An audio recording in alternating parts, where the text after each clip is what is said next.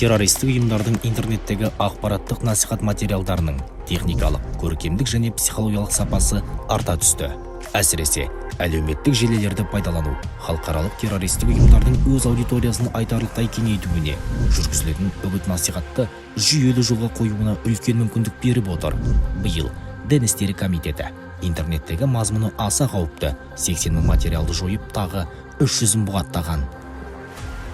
Қазір әлеуметтік желі адамдық бір коммуникацияның ажырамас бөлігіне айналды.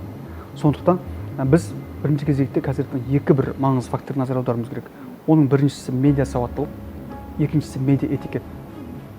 Яғни медиа әдеп. Медиа сауаттылық арқылы біз ақ пен қараны, фейк пен фактыны ажырата аламыз. Медиа әдеппен біз өзіміз әлеуметтік желіде жаңағы діни алауыздықты қоздыру, болмаса біреудің діни сенімін мойындамау, болмаса оны қорлау, осындай әдеттерге, осындай әрекеттерге біз бармаймыз. Бірінші кезекте сол деструктивті ағымдардың жетегіне ермеу керек, ол медиа сауаттылық. Екінші кезекте дін туралы әлеуметтік желіде талқы тақырыптарға сол жерге абайлап пікір білдіру керек. Егер де сіздің дін туралы сауаттылығыңыз болмаса, және сіз медиа этиканы білмесеңіз, онда сіздің сол бір белгілі бір жауапкершілікке тартылуыңыз мүмкін.